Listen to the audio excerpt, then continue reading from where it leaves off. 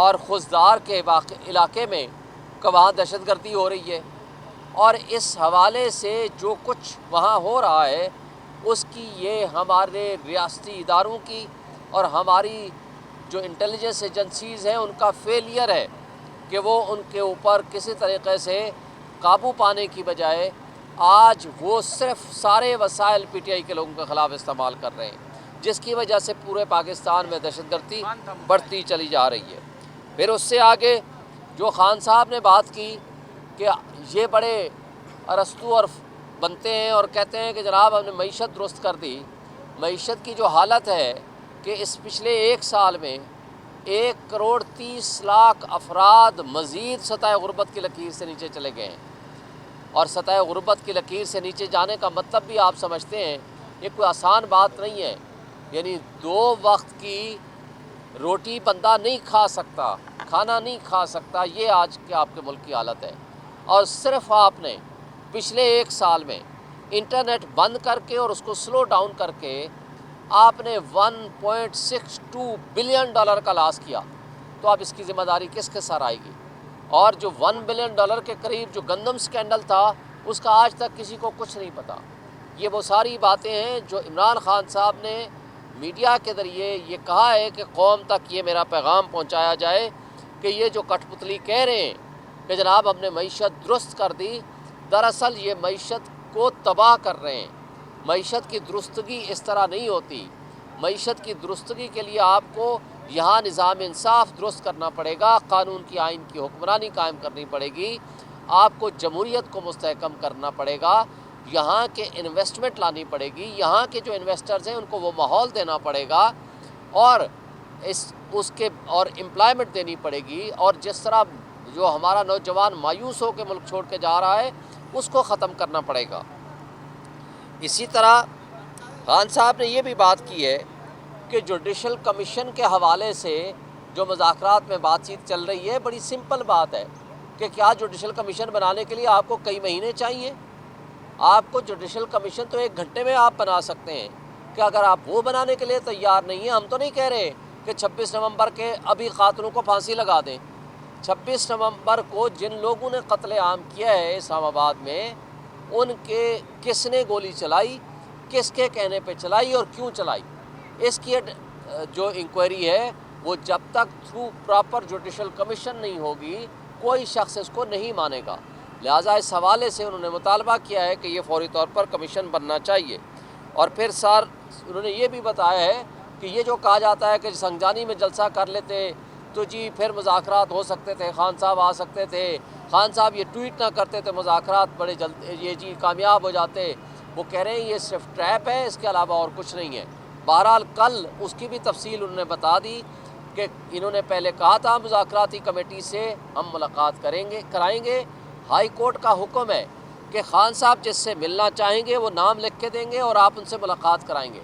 کل انہوں نے صبح کے ٹائم، دوپہر کے ٹائم انہوں نے انکار کر دیا کہ ہم ملاقات نہیں کرائیں گے۔ یہ جو میڈیا میں چل رہا ہے نا، جو ملنے نہیں دیا گیا، نہیں آئے کوئی لوگ، یہ اس کی بھی بڑی پوری طرح وضاحت پیش کر دی ہے خان صاحب نے۔ اور ہم یہ سمجھتے ہیں کہ یہ جو جیل انتظامیہ ہے یہ کسی کے کنٹرول میں ہے، جس کی وجہ سے خان صاحب کے جو عدالتوں کے احکامات ہیں وہ بھی عمل درآمد نہیں ہو رہا۔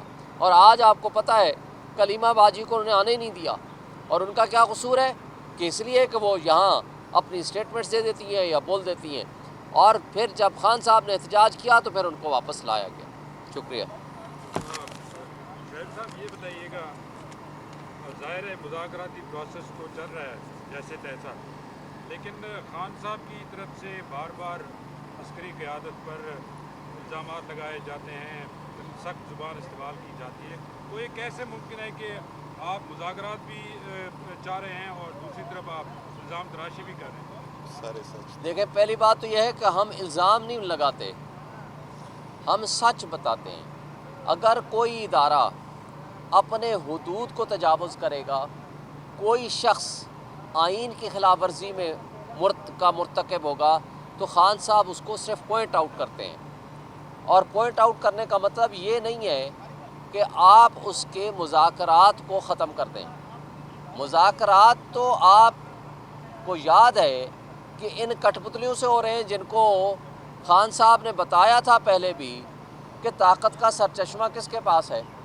خان صاحب نے تو کہا تھا ان سے بات ہونی چاہیے جس کے پاس اختیار ہو۔ خان صاحب نے آج آپ کو واضح کر دیا کہ بھائی بات سمپل یہ ہے کہ ہم نے مذاکرات کے لیے سمپل بات کی ہے، ویری معصومانہ، بہت معصومانہ قسم کے دو ہمارے مطالبات ہیں۔ ایک مطالبہ ہے کہ جوڈیشل کمیشن بنا دیں 9 مئی کا اور 26 نومبر کا۔ 9 مئی کے حوالے سے کس نے سی سی ٹی وی فوٹیجز چرائی ہیں، کیسے کیسے آپ نے یہ ٹرائل کیا ہے، کس طرح لوگوں کو اٹھایا گیا ہے، سارا سچ سامنے آ جائے گا۔ ہم نے تو نہیں کہا کہ آپ ہمارے حق میں فیصلہ کر دیں، جوڈیشل کمیشن بنا دیں۔ 26 نومبر کا بھی ہم نے یہی کہا ہے۔ اس میں کون سا انلیگل کام مطالبہ کیا ہے ہم نے؟ دوسری بات ہم نے کی ہے کہ پولیٹیکلی وکٹمائزیشن کے جو مقدمات ہیں، جو آپ نے ہمارے ورکرز کو اٹھایا ہوا ہے ناجائز طور پر جیلوں میں ڈالا ہوا ہے، آپ جو غلط سیاسی مقدمات ہیں وہ ختم کر دیں۔ یہ سمپل 2 باتیں کی ہیں۔ اب کمیشن بنانے کے لیے کیا ہمارے حق میں اس بات کی کیا گارنٹی ہے کمیشن ہمارے حق میں فیصلہ کرے گا؟ انہوں نے یہ واضح کیا ہے کہ اگر یہ دل میں ان کا کوئی غلط انہوں نے نہیں کیا یا دل میں چور نہیں ہے تو بنا دے کمیشن، سچ سامنے آ جائے گا۔ اور یہ اس سے گھبراتے کیوں ہیں؟ اور آپ کو یاد ہے عرفان صدیقی نے کیا کہا ہے 2 دن پہلے؟ اس نے کہا ہے جی ہم سے وہ مطالبہ کرو جو ہمارے اختیار میں ہو۔ تو بھائی پھر آپ کے اگر اختیار میں نہیں ہے تو پھر آپ بیٹھے کیوں ہیں؟ پھر آپ واقعی اردلی ہیں جو خان صاحب نے کہا ہے۔ اچھا شعیب حسین صاحب یہ بتائیے گا کہ پارٹی کے اندر اس وقت تنازعات چل رہے ہیں، شیخ مروت صاحب اور سیکرٹری صاحب کے درمیان آپس میں تضاد ہے، وہ کہہ رہا ہے کہ وہ پارٹی کے اندر نہیں ہے، وہ بیان نہیں دے سکتا۔ دوسرا شیر عبد المروت نے یہ کہا کہ مذاکرات کے حوالے سے کافی چیزیں طے ہو چکی ہیں، وہ کیا چیزیں طے ہو چکی ہیں ذرا یہ بھی بتائیں۔ دیکھیں اس حوالے سے ایک بات بتا دوں، مذاکراتی کمیٹی کا جو ترجمان ہے وہ ہیں صاحبزادہ رضا صاحب۔ دوسری بات ہمارے سیکرٹری صاحب جو ہیں وہ سلمان اکرم راجہ صاحب ہیں۔ جو وہ بات کل انہوں نے واضح کر دی ہے، ان کی بات جو ہے وہ سیلف ایکسپلینیٹری ہے، اور اس حوالے سے میں نہیں سمجھتا کہ کوئی ایسی بات رہ گئی ہے کہ جو میں آج وضاحت پیش کروں، اور اس کی کوئی جو اعلامیہ ہے وہ آج بھی شاید پولیٹیکل کمیٹی یا سلمان اکرم راجہ صاحب یا گور صاحب پیش کر دیں گے اور وہ آپ تک پہنچ جائے گا۔